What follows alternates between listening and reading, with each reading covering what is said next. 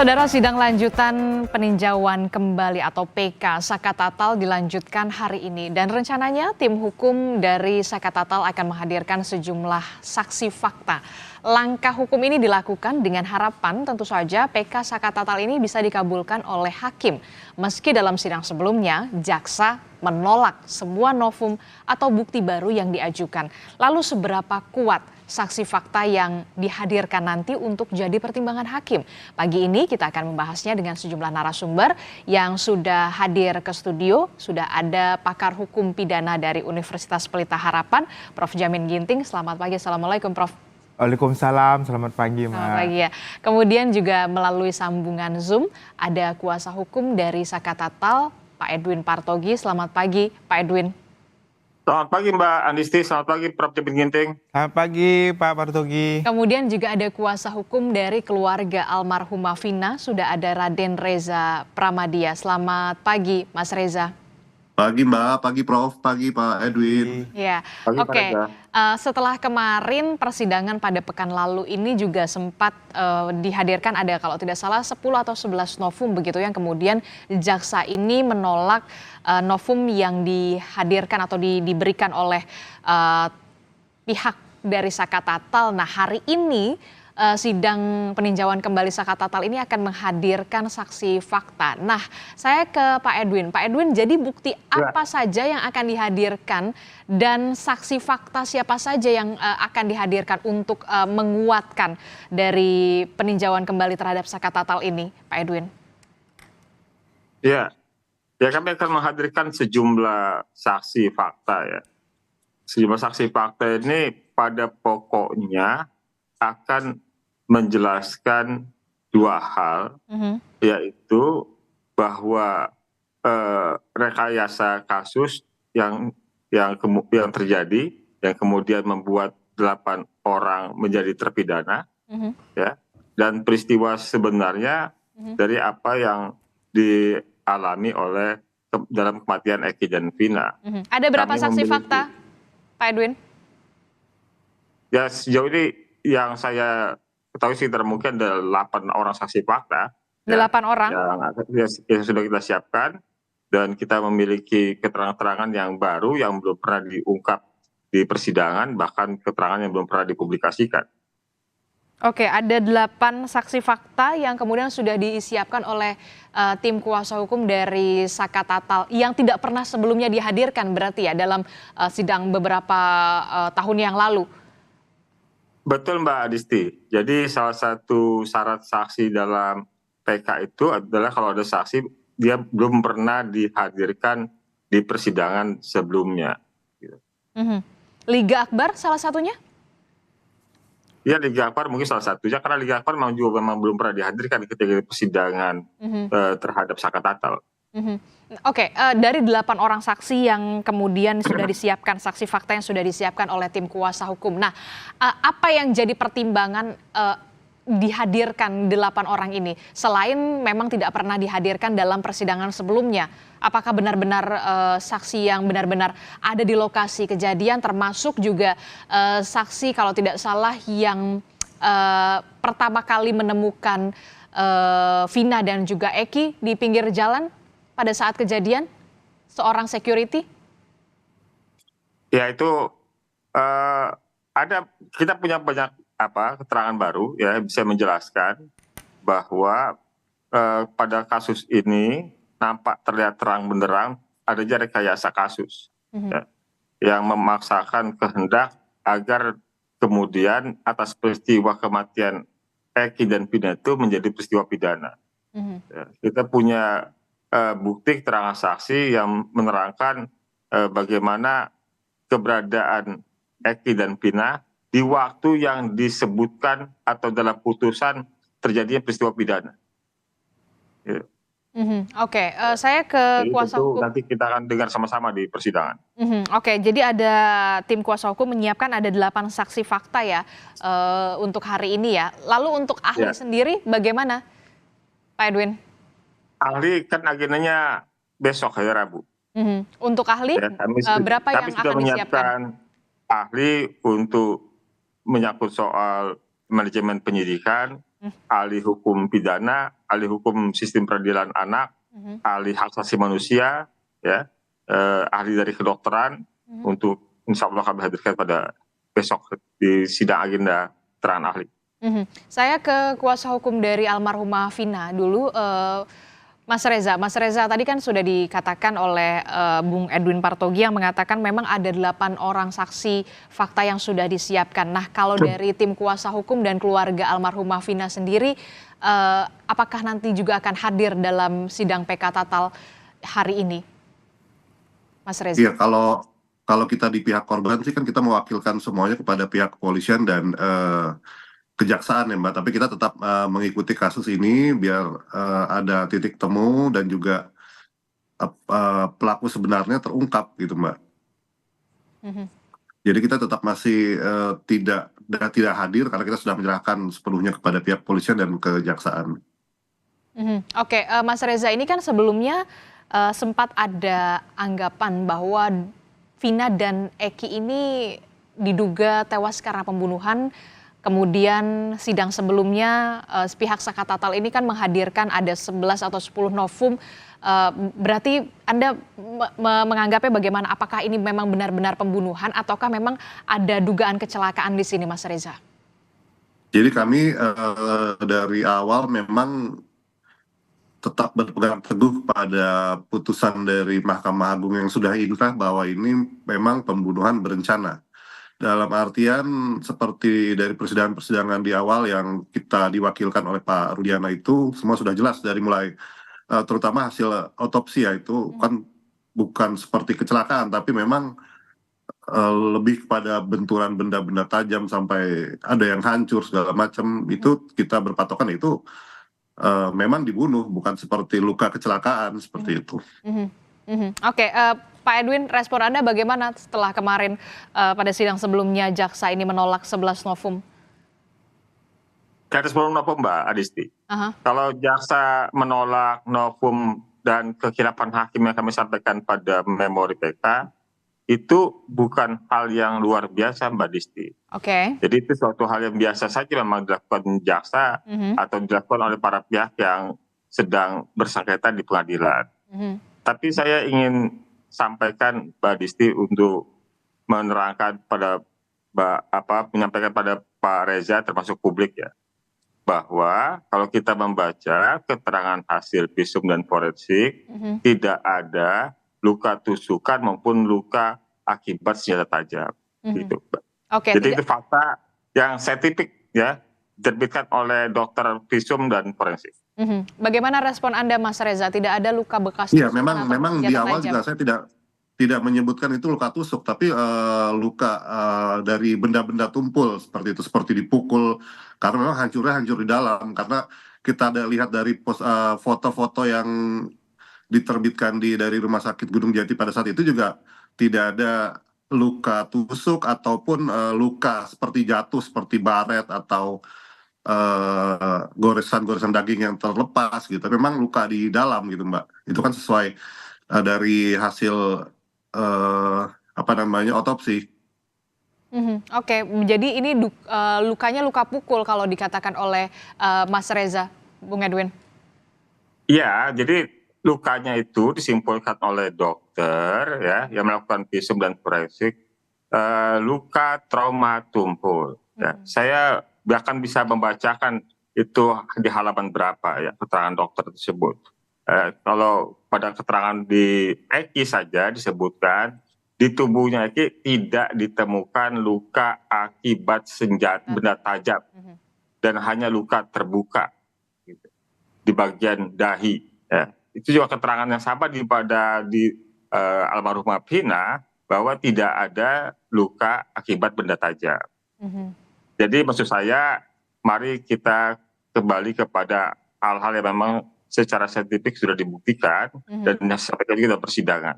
Bahwa asumsi yang dibangun sejak awal, Eki dan Vina merupakan korban penganiayaan, pembunuhan, dan pemerkosaan, sejauh ini dari kita membaca berkas yang sudah inkrah itu, sulit untuk kita mendapatkan bukti dari peristiwa pembunuhan dan pemerkosaan itu di mana dalam putusan tersebut, gitu, Mbak Disti. Jadi Dan perkaranya sudah inkrah Mbak Isti.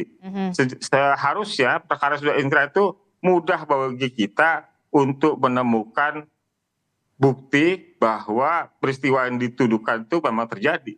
Tapi anehnya sebaliknya bahwa kita tidak bisa, tersulit menemukan bukti apa yang bisa meyakinkan kita bahwa peristiwa pembunuhan dan pemerkosaan itu terjadi. Begitu Mbak Disti. Oke, termasuk juga hari ini kuasa hukum dari Saka Tatal dan juga pihak Saka Tatal ini menghadirkan saksi fakta yang diharapkan nanti bisa mengungkap sebenarnya memang betul apakah ini dugaan kecelakaan ataukah dugaan pembunuhan begitu ya, seperti yang saat ini tengah diperdebatkan begitu ya, Bung Edwin. Saya ingin menyampaikan begini Mbak Adisti kepada Silakan. keluarga Vina.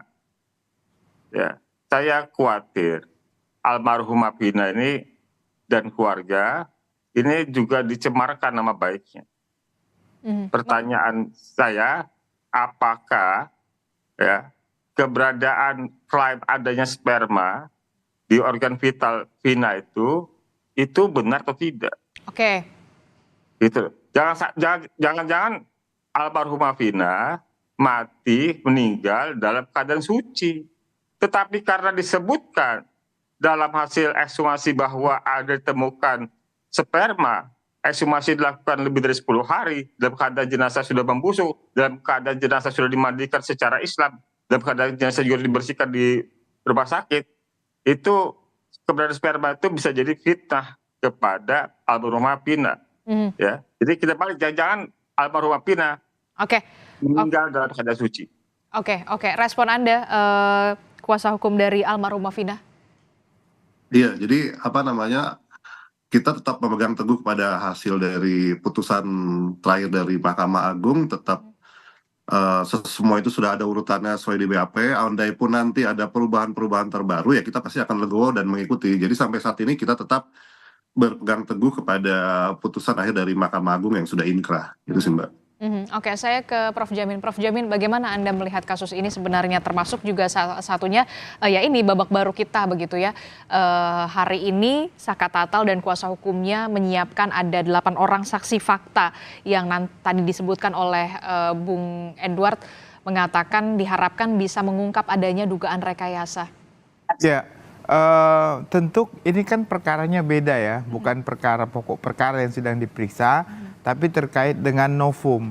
Jadi semua saksi ini akan mengarah kepada novum yang ada yang disampaikan di dalam persidangan dan permohonan memori PK.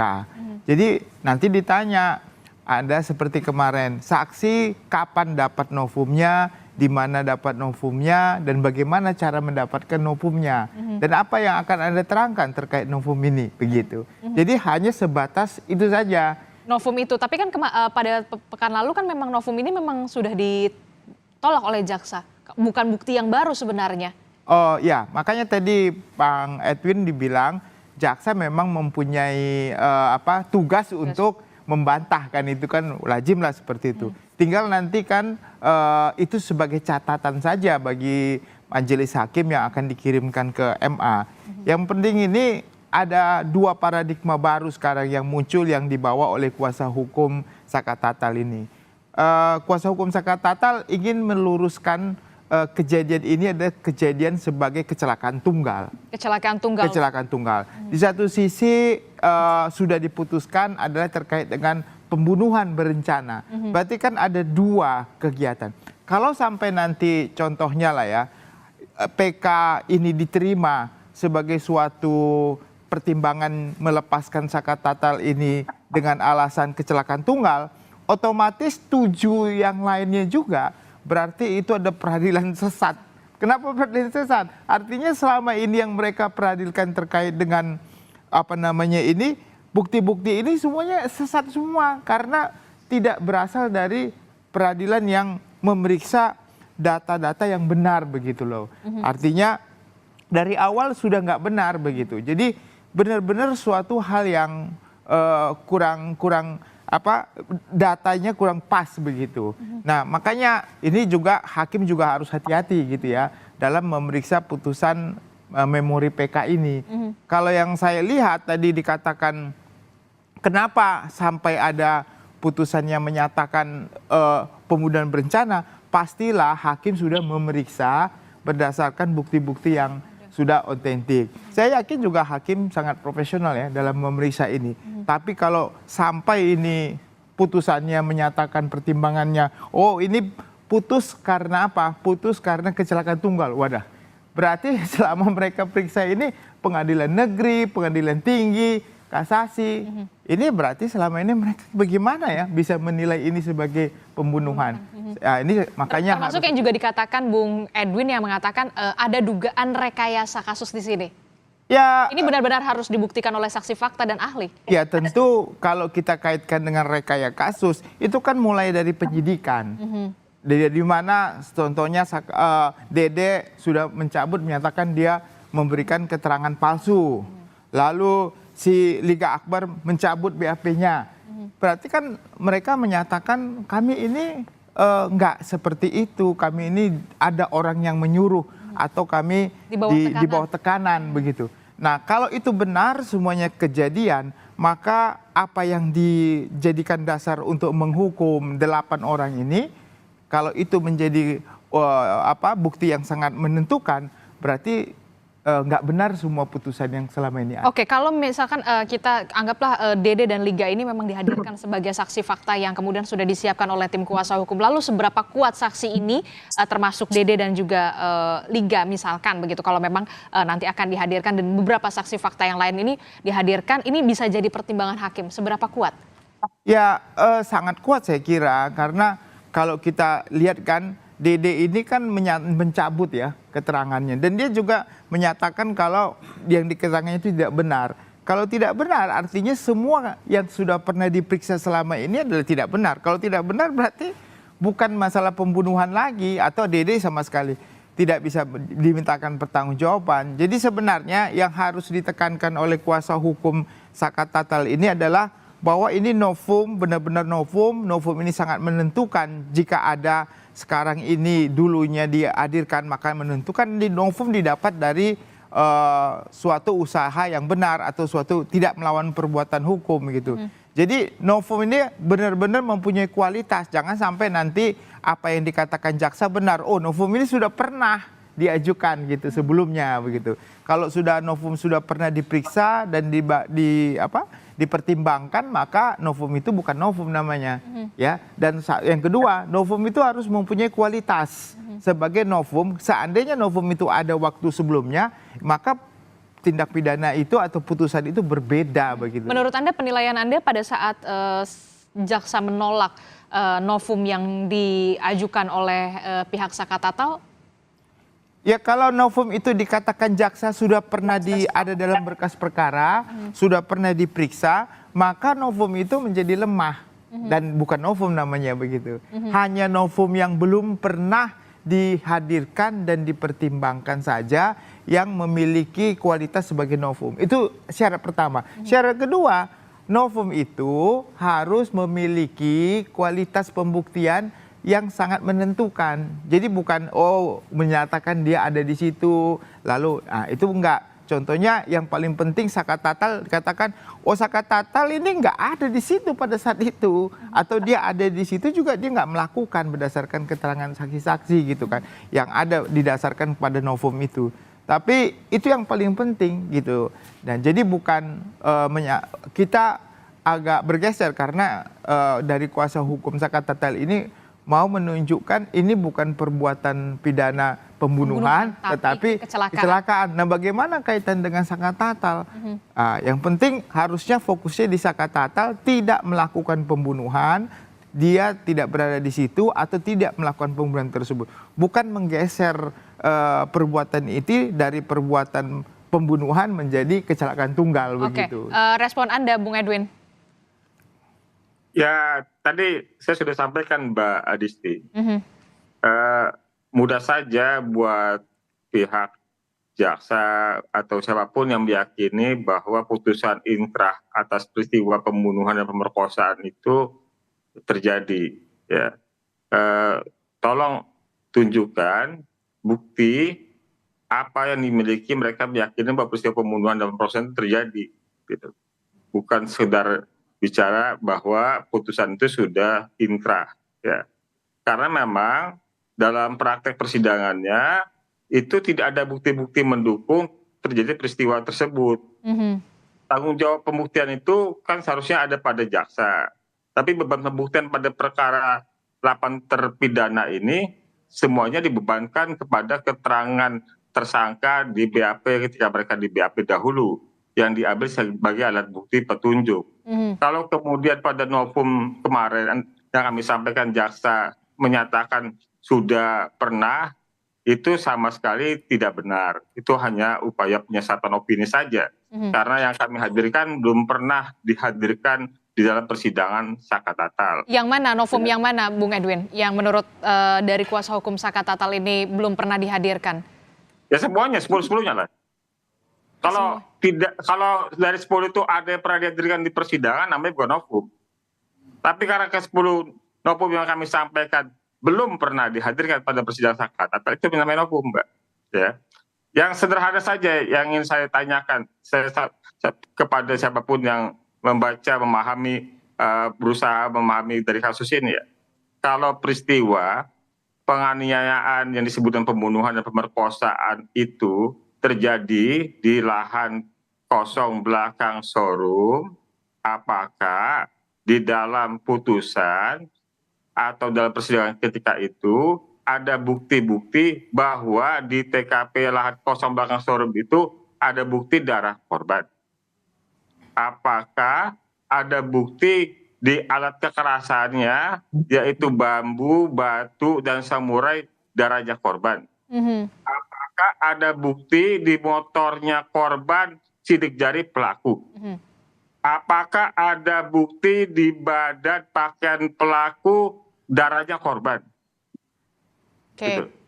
Terus kemudian lagi, itu lahan kosong belakang showroom, lahan kosong, ya, itu mungkin berumput bertanah. Apakah di pakaian dan badan korban Eki dan Vina ada ditemukan bukti tanah menempel di bajunya dan rumput? Gak ada semua itu, Mbak Adisti. Gitu. Jadi cuma ada satu TKP, yaitu flyover Talun, di mana almarhum Eki ditemukan dan Vina masih dalam keadaan lemah.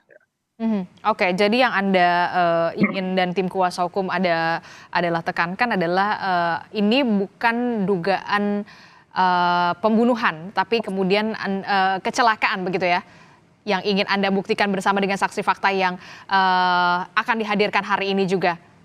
Ya karena memang bukti-bukti terhadap peristiwa terjadi pembunuhan dan pemerkosaan tidak ada.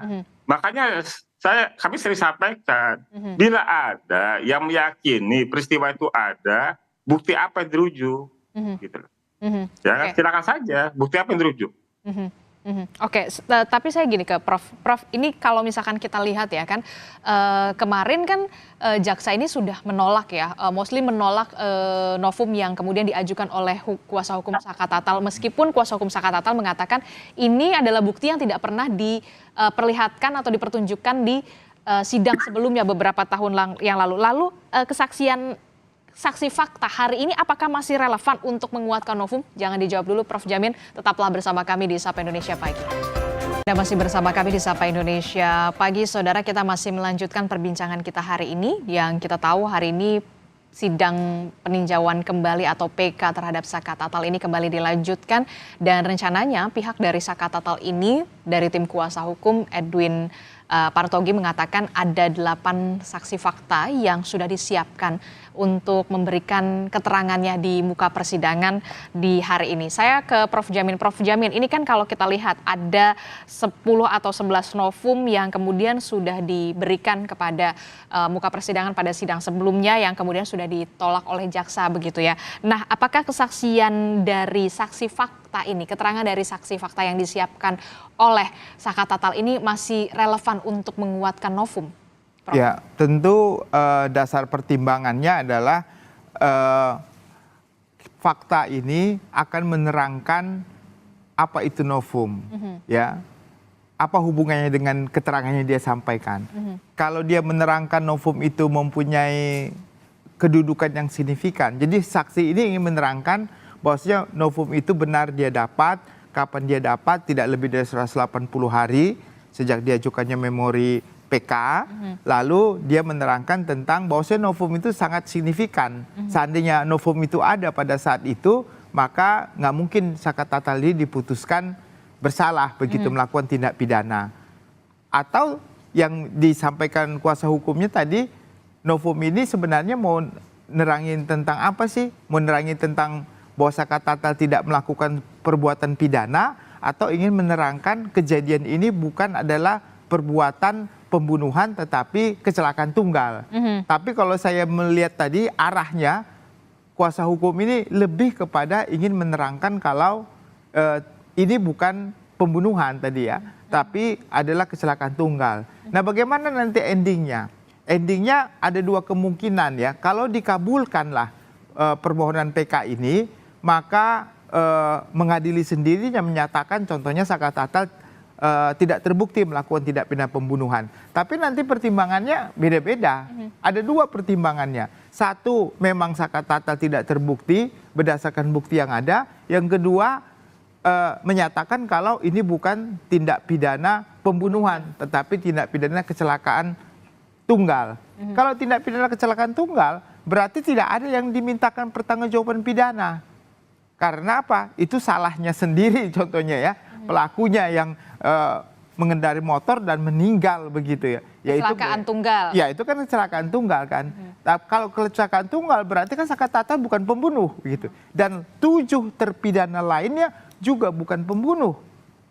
Nah, artinya hanya pertanggungjawaban kepada yang kecelakaan saja begitu. Nah, ini demikian berarti selama ini pertimbangan majelis hakim, jaksa, penyidik itu semua bisa terbantahkan semua ya. Berarti kan peradilannya ini, makanya saya bilang ini peradilan apa begitu selama ini. Masa mereka tidak tahu kalau ini kecelakaan tunggal begitu. Mulai dari penyidikan, jaksa, sampai tingkat pengadilan negeri, tinggi, dan Mahkamah Agung.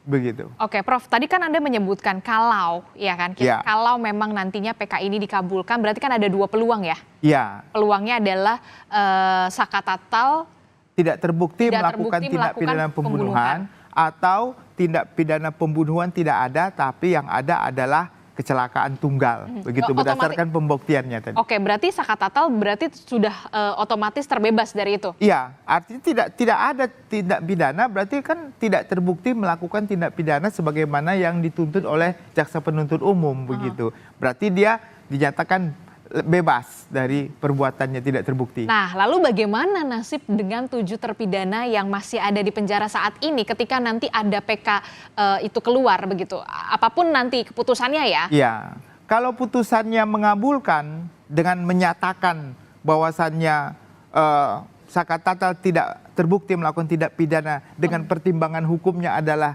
dia bukan pelaku tindak pidana, maka kemungkinan yang lain juga dia bisa, tapi agak berat karena Sakata kan bukan pelaku tindak pidana, belum tentu yang lain bukan pelaku tindak pidana. Itu yang pertama. Yang kedua, kalau putusannya Sakata tidak terbukti melakukan tindak pidana dengan alasan bahwasannya ini bukan pembunuhan berencana, tetapi adalah kecelakaan tunggal, secara otomatis pelaku tindak pidana yang 7 tadi harus bebas. Harus bebas? Harus bebas karena tidak ada pembunuhan kan. Mereka bisa mengajukan PK. Dasar PK-nya apa? Dasar PK-nya adalah putusan Sakata saat ini yang menyatakan kalau ini bukan pembunuhan tetapi kecelakaan tunggal. Dalam pertimbangan hukumnya biasanya ditemukan itu begitu. Jadi ketika nanti ada putusan itu tidak langsung serta-merta otomatis bebas, yang 7 terpidana ini harus tetap mengajukan PK dengan pertimbangan PK Sakata ini? Iya, kan tidak ada instrumen hukumnya kalau otomatis bebas kan. Instrumen hukum yang mereka lakukan adalah melakukan PK dengan dasar novum adalah putusan Sakata yang menyatakan dalam pertimbangan hukum majelis hakimnya adalah ini bukan tindak pidana pembunuhan tetapi kecelakaan tunggal. Berarti kalau kecelakaan tunggal tidak ada pelaku pembunuhan. Artinya saya bilang ya akhirnya semua menyatakan tidak ada yang bisa dimintakan pertanggungjawaban kecuali pelaku sendiri yang kecelakaan tunggal itu begitu. Apa yang bisa dilakukan selanjutnya setelah ini ketika memang tanpa berusaha untuk mendahului begitu ya putusan PK ini? Apa yang bisa kita tarik kesimpulan dari kasus ini ya kalau kita lihat apakah nanti ada dorongan juga untuk pihak kepolisian atau sebagaimana? Ya otomatis semua yang dipidana dirugikan, bisa mengajukan permohonan ganti rugi dan rehabilitasi, itu yang pertama. Yang kedua, berarti sistem penyidikan yang dilakukan 8 tahun yang lalu, 2016 itu semuanya tidak didasarkan suatu sistem crime investigation scientific yang benar dan prosedur yang benar, dan berarti ada yang merekayasa kasus ini sebelumnya menjadi kasus pembunuhan dari kecelakaan tunggal. Nah, inilah yang harus dicari, siapa yang merekayasa kasus ini sehingga bisa bergeser dari kecelakaan tunggal menjadi pembunuhan, dan dia harus diminta pertanggungjawaban hukum terhadap itu begitu. Oke, saya ke Mas Reza. Mas Reza, apa yang meyakini tim kuasa hukum dan keluarga Vina dan juga Eki ini memang ini merupakan dugaan pembunuhan, bukan kecelakaan tunggal sebenarnya? Selain dari ini ya, selain dari luka benda tumpul ya tadi yang disebutkan oleh Anda. Iya, jadi memang dari awal kita semua menyerahkan, pihak keluarga menyerahkan kasus ini kan kepada Pak Rudiana pada saat itu, karena pihak keluarga juga tidak mengerti hukum, jadi semua diserahkan ke Pak Rudiana. Jadi pada saat sidang pengadilan yang pertama pun Pak Rudiana bilang ke pihak keluarga bahwa di salah satu handphone BlackBerry terdakwa pada saat itu ada percakapan untuk upaya pembunuhan. Dan tanpa pernah ada ditunjukkan? Tidak, tapi dikasih tahu aja sama Pak Rudiana di luar persidangan pada saat itu ke Mbak Marliana. Itu hanya lisan kan, tidak ada ditunjukkan? Hanya lisan, tidak ada, hanya lisan. Oke. Di situ yang menambah keyakinan pihak keluarga almarhum Vina itu ya memang itu pembunuhan berencana, dan juga melihat dari kondisi motor pada saat itu dikembalikan tidak layaknya seperti kecelakaan tunggal yang begitu parahnya. Jadi itu hanya goresan kalau nggak salah. Dari situ juga pihak keluarga menyimpulkan kalau kecelakaan nggak mungkin seperti ini gitu. Dan juga dari handphone yang juga masih utuh, dan ya memang di dalamnya setelah dicek itu ada beberapa banyak yang pesan sudah dihapus seperti itu, dan phonebook pada saat itu juga pada hilang gitu kan. Jadi banyak keanehan pada saat itu, tapi memang pihak keluarga kan tetap menyerahkan sepenuhnya penyelidikan itu ke pihak Pak Rudiana. Jadi itu yang memperkuat ke pihak keluarga kalau itu memang pembunuhan bukan kecelakaan gitu, Mbak. Karena memang percaya betul begitu, karena memang sudah menyerahkan kepada pihak kepolisian, termasuk sekali juga kepada Ibtu Rudiana ya pada saat itu ya. Betul. Termasuk juga ada tidak pengarahan kesaksian dari Ibtu Rudiana kepada keluarga almarhumah Vina pada saat itu atau bagaimana? Jadi pada saat itu kan memang semuanya diwakilkan ya, Mbak. Jadi tidak ada pengarahan atau apapun. Kita sebagai sesama korban ya, apabila ditanya oleh penyidik ya jawabannya normatif seperti yang diketahui oleh pihak keluarga. Dalam hal misalkan pada saat itu ada yang memandikan segala macam, yang diceritakan apa adanya, lukanya seperti apa. Terus bagian mana ada yang lunak, ada yang bengkak, ada yang patah gitu, Mbak. Jadi di situ juga menambah keyakinan kalau almarhum Vina itu bukan kecelakaan. Karena kalau kecelakaan itu pasti kan namanya orang kecelakaan pasti kan kulitnya juga lecet dan segala macam, dan ini tidak ada gitu, Mbak. Tapi banyak yang tulang itu menjadi lunak, kayak bagian kepala belakang itu seperti tidak ada tengkoraknya, kakinya patah. Jadi terus bagian-bagian lain sesuai dengan yang di otopsi itu disebutkan memang seperti itu pada saat yang diceritakan kembali oleh yang memandikan, yaitu salah satunya dari nenek almarhum gitu, Mbak. Diceritakan dengan apa adanya pada saat melihat jenazah dari almarhumah Vina ya, begitu ya? Betul, sebelum pada saat memandikan ya? Pada saat itu, Mbak. Iya. Oke. Saya ke Bung Edwin. Bung Edwin, kalau tidak salah ini kan tadi disebutkan oleh Mas Reza, termasuk juga motor yang dalam keadaan tidak ada lecet hanya minor lah. Yang kemudian juga salah satu menguatkan bahwa ini bukan kecelakaan tunggal. Respon Anda, Bung Edwin? Ya supaya jadi pengetahuan ya. Kalau kita membaca putusan di khususnya nomor perkara 3 dan 4, itu Rivaldi dan kawan-kawan dan hadirin kawan-kawan, itu ada dihadirkan saksi dari polisi yang pada tanggal 27 Agustus 2016 itu datang ke TKP. Yang dalam kesimpulannya mereka menyatakan bahwa ini kecelakaan tunggal. Penjelasan dari kecelakaan tunggal itu, Mbak Adisti, bahwa ada beberapa petunjuknya. Di aspal ada goretan, ada garisan tarikan dari besi. Kemudian di bodi motor juga di sebelah kanan ada lecet, ya, di stangnya bengkok. Begitu juga di kapnya.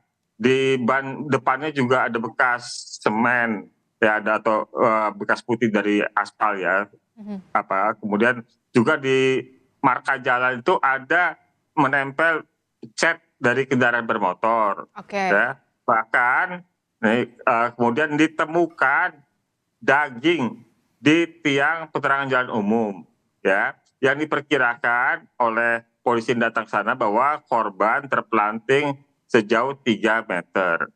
Jadi keterangan soal kecelakaan lalu lintas itu bukan hal yang baru. Itu sudah diungkap oleh polisi yang datang ke TKP pada tanggal 27 Agustus 2016, yang kemudian kesimpulan kecelakaan lalu lintas tunggal itu berubah karena Rudiana mengambil inisiatif sendiri, melakukan penyelidikan, penyidikan, melakukan penangkapan, melakukan interogasi, kemudian terjadi penyiksaan di situ, dan kemudian membuat LP yang cukup komplit dari awal sampai dengan peristiwa kematian Eki dan almarhumah Vina. Nah, tidak ada Prof Jamin, tidak ada proses penyelidikan, langsung naik penyidikan, tidak ada pemanggilan karena penangkapan sudah dilakukan. Jadi 8 orang sudah di dalam tahanan dan sudah di Polres, ya. Jadi banyak proses prosedur dari hukum acara yang dilanggar, gitu loh. Jadi sangat mudah kita untuk menemukan kejanggalan dalam perkara ini, gitu loh. Jadi seperti kalau siang kita keluar dari rumah, sinarnya langsung terasa. Kalau kita melihat matahari, silaunya langsung terasa di mata. Jadi sangat mudah, nggak perlu kecerdasan untuk menemukan kejanggalan dari perkara ini. Apa yang ingin Anda sampaikan ketika keberadaan Ibtu Rudiana sampai saat ini juga belum juga muncul ke muka publik? Ya, saya ingin menambahkan satu hal dari yang disampaikan Bang Reja, ya, bahwa yang disampaikan Pak Rudiana ada bukti BBM. Ya, itu juga hal yang tidak pernah bisa dibuktikan, dihadirkan ketika persidangan. Unsur perencanaan dalam perkara ini ada pada Dani yang katanya mengirim pesan, ya, SMS kepada Sudirman. Tetapi pesan SMS Dani kepada Sudirman itu juga tidak pernah ditampilkan di persidangan. Gitu. Kemudian Dani, Andi dinyatakan sebagai fiktif. Padahal unsur perencanaan, ya, Prof Jamin, ada pada Dani yang sudah merencanakan peristiwa ini sejak 17 Agustus 2016. Dan motif dari peristiwa ini juga semuanya dibebankan kepada DPO, kepada Dani dan Peggy yang suka dengan Vina, kepada Andi yang tidak suka dengan XTC, gitu loh. Jadi sangat terang benderang lah kejanggalan dalam perkara ini. Dan inilah salah satu ajang pembuktian bagi pihak Saka Tatal dan juga tim kuasa hukumnya dengan menghadirkan keterangan dari saksi fakta dan juga ahli, ya, yang ya kan kita sudah sama-sama mendengar keterangan Liga Akbar dan diri bagaimana mereka ternyata memberikan keterangan yang tidak benar karena diarah, ya kan? Oke, saya ke Mas Reza terakhir. Mas Reza, apa yang akan ditempuh selanjutnya akan ditempuh oleh keluarga almarhumah Vina jika memang kemarin kita lihat Peggy Setiawan sudah status tersangkanya sudah gugur, kemudian tanpa mendahului putusan PK Saka Tatal ini, apa yang nanti akan ditempuh langkah hukum selanjutnya oleh almarhumah keluarga Vina untuk menuntut keadilan sebenarnya? Jadi memang kita di pihak korban sih tidak bisa melakukan langkah hukum apapun karena semuanya sudah diwakili pihak kepolisian dan kejaksaan. Jadi apapun nanti hasilnya di peninjauan kembali ini, kita pihak keluarga akan menerima dengan berbesar hati kalau memang ini kecelakaan tunggal. Tapi pada saat ini memang kita masih meyakini berdasarkan putusan terakhir pas Inkrah kemarin dan juga nanti siang juga Bang Hotman Paris kan ada di Cirebon juga, kita akan melakukan konferensi pers di Keraton Kacirebonan sekitar jam 4 Mbak. Jadi nanti akan kita update rilis terbaru sikap dari pihak keluarga almarhumah Vina. Oke, tapi sampai saat ini tetap menerima ya dan tidak akan melakukan. Iya, apapun hasil nanti kita akan menerima dengan berbesar hati, entah itu kecelakaan atau seperti yang sudah ditetapkan yaitu pembunuhan berencana. Oke, terakhir Prof. Jamin.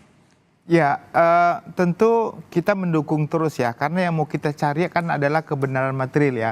Jangan sampai kita menghukum orang yang tidak pernah melakukan pembunuhan, kita salah. Ya tentu pengungkapan di PK ini juga kita dukung. Kalau benar ini ada kecelakaan tunggal, ya hakim juga di Mahkamah Agung harus memutuskan itu supaya orang yang tidak melakukan pembunuhan bisa bebas ya begitu. Tetapi kalau memang ini adalah dapat dikatakan sebagai pembunuhan, ya tentu siapapun yang membunuh itu harus dimintakan pertanggungjawaban berdasarkan bukti-bukti ya tentunya yang begitu.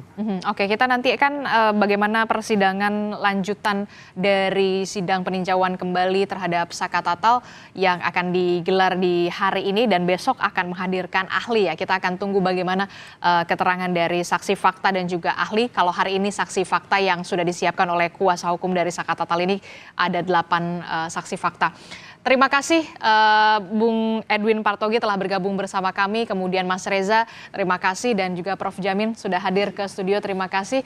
Sehat-sehat selalu Bapak-Bapak, Assalamualaikum, selamat pagi. Prof. Jamin, Mbak Adisti, Pak Reza. Terima kasih Bang Jamin. Edwin.